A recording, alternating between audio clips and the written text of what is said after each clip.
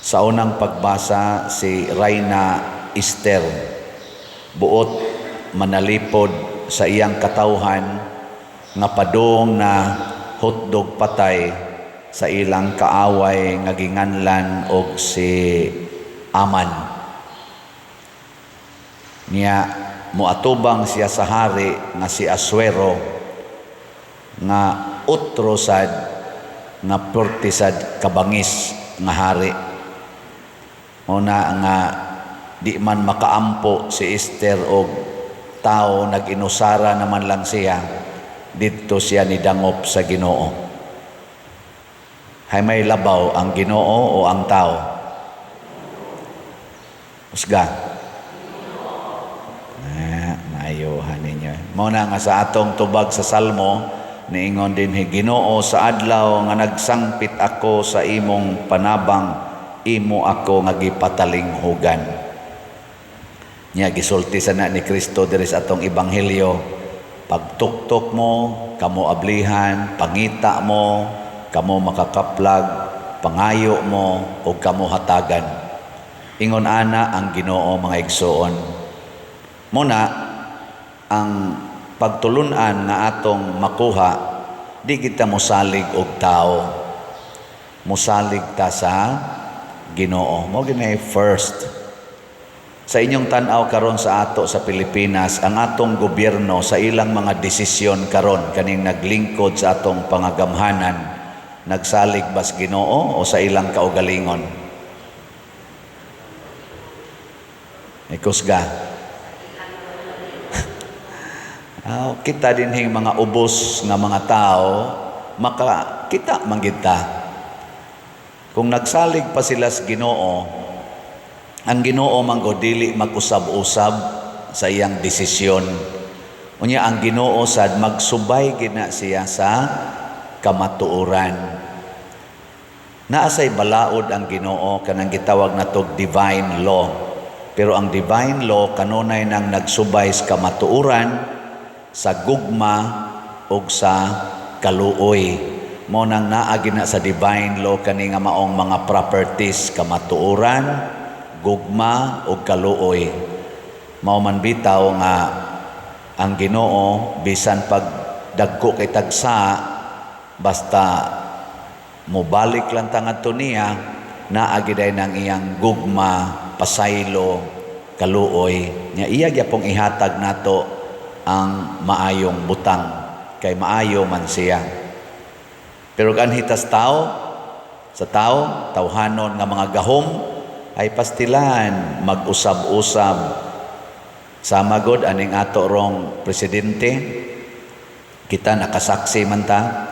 Una, pagkumpanya, ang ilang gipasalig, unity and continuity. Unity and continuity.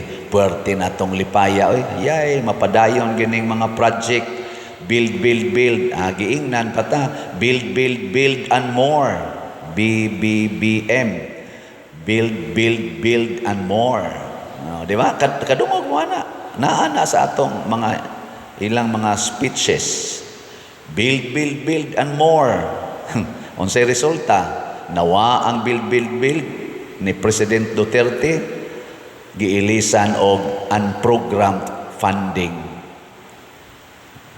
Unprogrammed funds. Tua dito gibutang ang dagko kayong billions sa unprogrammed. Ang programmed nga mga expenditures giprogram na, gipang-cancel, gipang-close o gitransfer sa unprogrammed.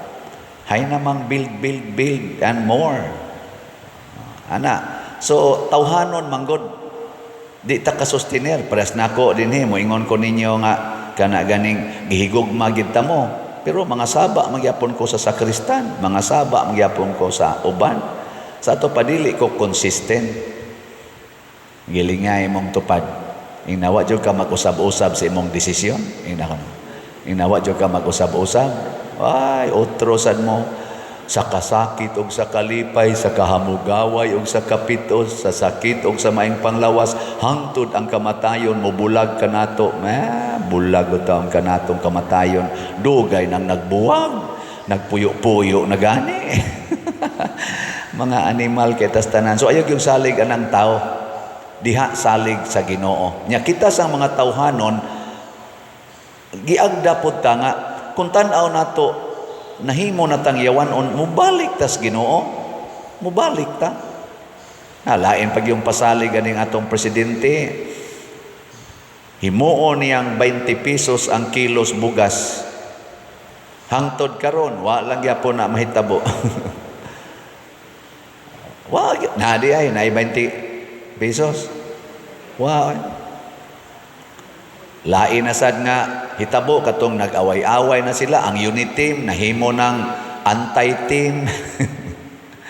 Anti-team na ang iyang ka-unit team nga ang vice president nga atong gipakpakag maayo kini daog gyud silang duha, first time in the Philippines nga nindot kaayo ang tandem nila ni daog gyud. Nag-away dayon. Ambot og kinsay una nilang nangaway basta nag-away sila, di na sila unit team, anti-team na. Ang continuity, discontinuity na. Sige na to. Nanay mga file og impeachment kay naman say mga team Marcos, mga team Vice President or Duterte. Nag-file na og impeachment. Unsa may gisulti sa atong presidente? Di ko pabor anang impeachment. Ayaw na ninyo padayon na. Ang resulta gi-impeach lag siyam ka oras. Ang giingon nga di ko pabor na impeach. Nadayon ang impeachment. Sunod na sad, gikiha na sad ang amahan ang atong former president na asay mga mga Duterte ni kiha ngadto sa international kanang ICC Criminal Court, International Criminal Court. Gisulti na sa atong presidente karon nga dili ta mo cooperate sa International Criminal Court kay naatay criminal law dinhi. Operative ang atong mga korte dinis Pilipinas na kausar gi-arrest ang atong former president, gilupad pangadto dayon wa kabot 24 hours. Hain naman ang atong gisulti nga di ta mo cooperate. Nya karon gi-investigate siya, gipasulti ningon gyapon siya wa man taning cooperate. Gitagaan lang tag notice sa tawag kanang Interpol nga grupos mga nasod ba Interpol mo na implementing body niya karon di ay naminaw ko sa mga comments na ay nagdiscuss nga expert kaayo sa international law. Ang Interpol di ay mo kasabot pa nag-unsay relasyon sa Interpol o sa ICC. Ang ICC gidi ay ang International Criminal Court mao gidi ay mag-issue og warrant nya adto na nila iagi sa Interpol. Murag ang Interpol murag siya ba og kanang implementing. So ang dili gyud ka issue ang Interpol di ay og warrant of arrest, ang iyang ma-issue kana rang red notice. Red tag. Red tag. Di ay red notice man ting ito. Ako lang ning gikuan sa ako lang na subtansad. Ako lang ipaambit ninyo kay pulos man sa taway kalibutan ani. Ako lang iproba na kung anhita sa tao mo salig, wa gi klaro. Nya niingon ang atong presidente sa iyang speech ni atong niaging adlaw gahapon ba to the other day nga wa man ta ning support sa ICC, ning comply lang ta sa Interpol. By complying sa notice sa Interpol, nag-implementa sa warrant of arrest nga tuagikan sa ICC. So ni cooperate ta in a way og nisulti gyud ang pipila ka mga judges sa ICC, gi-interview kagahapon na sa social media na our president is cooperating with them. Nya ang gisulti, wa mo cooperate. Wa ta mo cooperate. Nya ang dito kinsa man rin nagsulti tinuod, pulos man ni sila tao.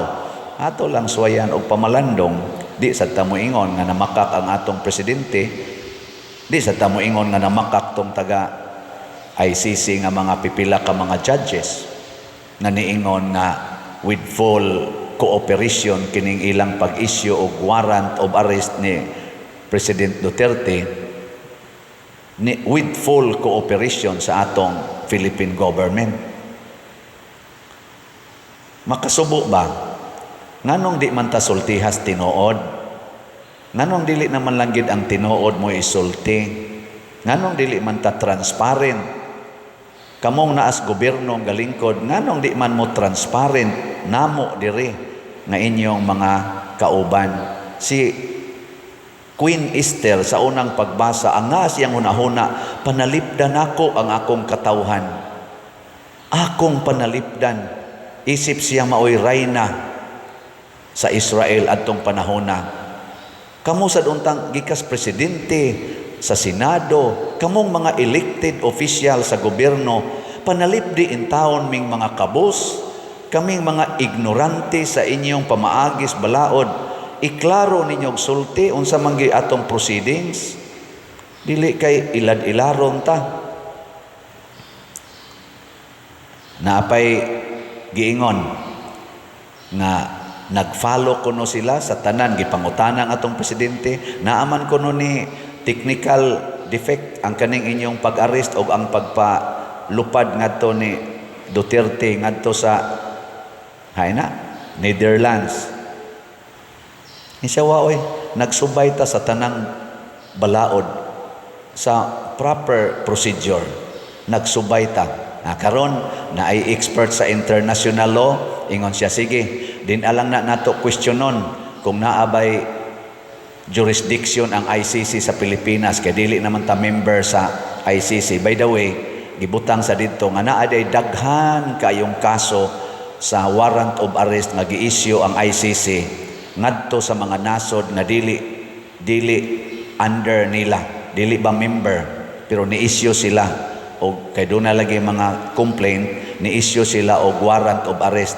Wa gani kaabot og katunga ni ining ilang gi-issue nga warrant of arrests ang na-implement. Ngano man kay ang sovereign country refused to cooperate. Doon na may right ang country nga mo refuse kay di man siya member. Sa ato pa na-implement man ang warrant re bisag dili ta member, ni kooperita. Sige, granting lang nga ni kooperita. Naay gi-cite nga article sa proceedings how to arrest nagi-state sa kanini ang international law. Murag article 59 sa ilang statutes sa ICC naaman na sa social media. Unsa may gibutang dito sa ilang proceedings how to arrest, ang arresting state sama nato Philippines, kita may ni-arrest kay ato mang subject si President Duterte. Kita may ni-arrest. Dunay steps number 1 hangtod sa number 7. Ang number 7 maoy pagpadala sa arrested person or arrested criminal ngadto sa korte sa ICC na maunang naaron sa Netherlands bana. Step number 7. Pero sa discussion diha sa atong expert sa international law, ang gi-implement sa Pilipinas, ang step number 1, midiritso dayon siya sa step number 7. Within 14 hours, giumit ang step number 2, number 3, number 4, number 5, number 6, nidritso sa number 7, sending the criminal, the accused, to the ICC court. Ang ICC mismo mo'y naghatag aning proceedings nga sundon usa ni siya. Kita maoy miumit.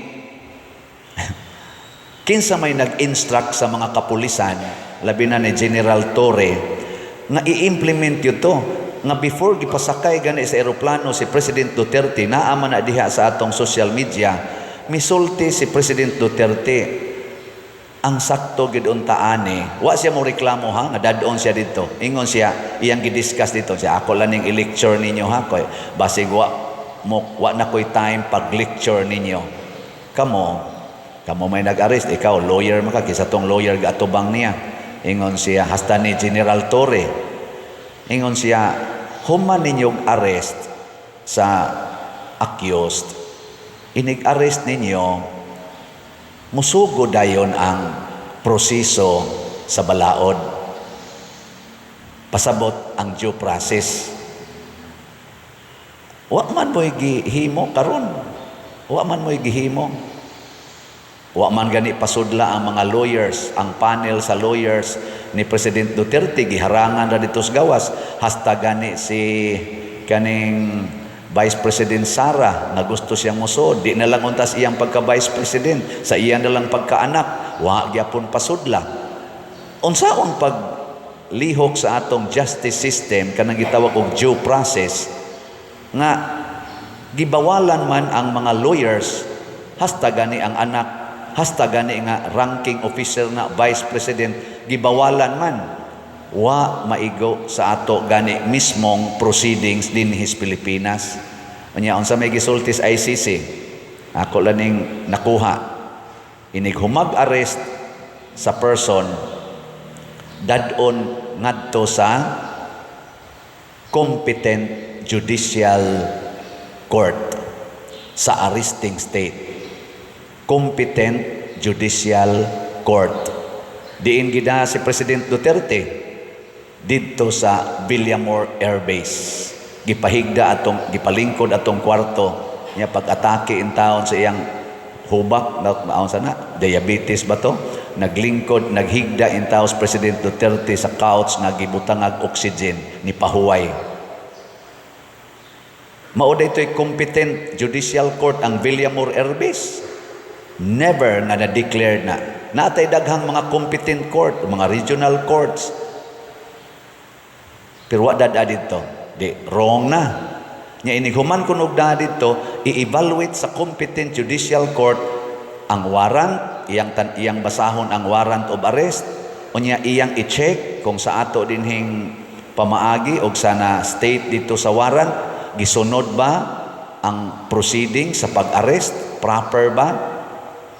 Nya human dayon ana, kung proper tanan, tagaan dayon og chance ang accused katong arrested person to exercise his judicial rights, mga legal rights. I-exhaust niya ang tanan niyang legal rights through sa iyang lawyer in relation adtong paghatag niya warrant of arrest. Wa gyapon na mahitabo nagihatag ni President Duterte. Unya ighuman na ana, exercise sa rights, do na siya'y katungod nga mo appeal ngadto sa atong Court of Appeal. Taas-taas pag yun. Unya i-notify ang ICC. Uy, ni-appeal man siya. Ni-appealar man. Ang ICC mo evaluate sa appeal, niya mo padasa kunog notice kung ila bang tugutan nga mo appealar dinhi sa atong Court of Appeals. Nya once nga mahuman ang Court of Appeals, unya murag yapon siya guilty, di makontinto, una pa ipadala ngadto sa ICC court. Sila na mo final og hearing, pero nahuman na ang steps 1 to 6 dire. Ako lang ning gihisgutan kay na-impress kay ko. Salamat ninyong mga experts, mga lawyers na karon i-participate niini. At least eye-opener ni nato mga Filipinos na usahay gibaboy na ang atong justice system. Usahay mura na lang tagtrapo nga giyatak-yatakan, gi-oppress sa mga tao kunuhay mga kanang gitawag nato gamhanan. Can we allow forever sige tagtuon dinhi og balaod, daghan kay tag mga lawyers, dagko kay tag gasto anang siging take anang bar exams nya inig ending ra di ay yatak-yatakan ra ang atong katungod nga wa gani gyoy paghatag og due process. Dagko kay tag gasto aning elections, billions ang atong gastos elections, naapay mga matay padahon sa elections. Inighuman ra di ay ilad-ilaron ra ta sa mga naglingkod diha. Himuon tang buta, himuon tang incapable of knowing the truth. Di na sa tingali maayo. Pero asa man ta mo dangop? Yes, mosubay tagbalaod. pero mas maayo gyud adto ta modangop sa Ginoo. Sabot, kung di sila motuman sa balaod kining atong gipangpili, mupili tag mga tao nga kamaong motuman og balaod, kaming manggid ang atong eleksyon karong kuan Mayo. Iampo nato og pamalandungan nato kinsay atong pilion para aning in midterm election. Pilion nato kaning mga tao nga kamaong musubay og kamatuoran, bahala nagdili perfect. Mga tao nga nagmahal sa mga Filipinos, dili sa ilalang partido or sa ilang kaugalingon, ug mga tao nga kamaong mo respeto sa atong konstitusyon sa Pilipinas ug sa atong mga balaod, labi na sa atong mga korte sa Pilipinas. Ang mga pulis, implementor na sila sa mga balaod. Sila maoy atong implementing force. Pero nganong ila man tong gibuhat, nakahibaw man sadta sila aning atong procedural law sa kriminal. Gani, kusog ay mosyagit ang mga human rights, na ako no'y i-chiki, kay napatay, wa ko no tagai og higayon, nga mag-due process. Yes, congratulations, kamaotang mosyagit ana, nganong wa may nisyagit karon nga mga human rights, nga wa man paatubanga sa atong korte, giditso man og dala ngadto sa laing korte sa gawas nasod, as if convicted na siya dinhi nato. Napatanay giingon, kinahanglan gyud i-presume gyud ang person, ang accused nga innocent until proven guilty beyond reasonable doubt. Nganong mura na mag-guilty lagi, nga bisan gani na lang sa medical assistance, wa gihikaw niya, gideprive niya adtong panahon nang gi-arrest siya. Bisan na lang sa pagpakig-istorya sa iyang mga lawyers o sa iyang mga anak sama ni BP Sara, gihikaw niya, mura gid siya og person deprived of liberty. Kana bang naadong gipamutang sa kuan ba, mao man sila gitawag og PDL, person deprived of liberty, kanang naades ato nadaliluan, kanang naades mga si PDRC, mga jails nato. Nga unta inosente pa man si President Duterte hangtod karon, accused pa man siya. Nganong i-deprive man sa mga legal assistance and rights. Nganong ang mga pulis insistent man kaayo nga ipadagi sa pasakyon gyud sa eroplano adtong orasa, wa naman lang gyud paugmae nga 40 ra ba in taong luyaha ato. Kinsa may nagsugo nga korte sa mga pulis nga ila man tong gisunod. Naanaroy akong nahibaw-an na social media og mihatag og public letter, open letter, duha na ka pulis. Ang usa pulis nga kanang kanang ordinaryo nga pulis, ang usa PSG. Ning resign sila sa ilang pagka-police officers. Kay samtang naa pa kuno na ang nagbasa gani ato, nihilak ganito na social media, nakatuo iyang luha, kay niingon ang pulis, proud kay ko sa akong badge as police. Kada nakusulo baning akong uniform panahon ni President Duterte, it's my great honor. Pero karon pasaylo ako nga ang kauaw mao nay akong gibati sa nanghitabo karon ug sa mga gipangbuhat namo, sa mga gipangsugo namo, nauwaw nako. Ug samtang do na pay nahibiling dignity, sense of honor in my life, in myself, hubuon ko na ning akong uniforme. Samtang naapay nahibiling honor sa akong mga pulis na gini, why kasugo nila nang resign. Ambot, duha pa man ni kabuok, wa pa ba kay mosunod ani? Pangigsuon, nganong gihisgutan ni nako karon sa akong humili, kay kung sundo na gay nato ang tao, dili na ang Ginoo ang maabot sa atong kinabuhi, ang kadaot, ang kalaglagan. Muna sa atong Ebanghelyo, ingos Jesus, pagtuktok, pangayo, o pangita. Asa man ta magtuktok, asa ta mangayo, asa ta mangita, didtos Ginoo.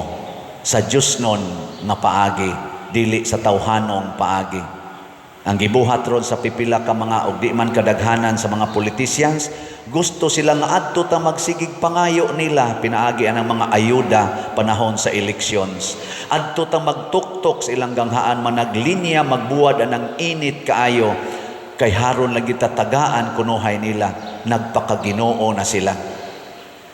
Nya kana ra bang ilang gipanghatag kasagaran ana ato ra sa nang mga kwarta nga ilang kinuha sa way pagpananghid gani usahay nato. Giunay-unay ratag lipat-lipat muna adto tas Ginoo. Ang Ginoo mo'y atong sangpiton. Di lang sa tamo akyos ani nila nga sad-an sila kung dili ang atong gamiton kaluoy. Ako kada na ko kakitag usa ka politisyan nga nahangol sa kwarta o gahom maluoy ko. Nganuman kay bawog gyud ko nga wa na gid na siya kalinaw, wa na siya kalipay, di na siya relax kay nangilad na siya sa mga tao nga iya untang gisaaran nga alagaran. Luoy na kay na siya ug ang iyang pamilya.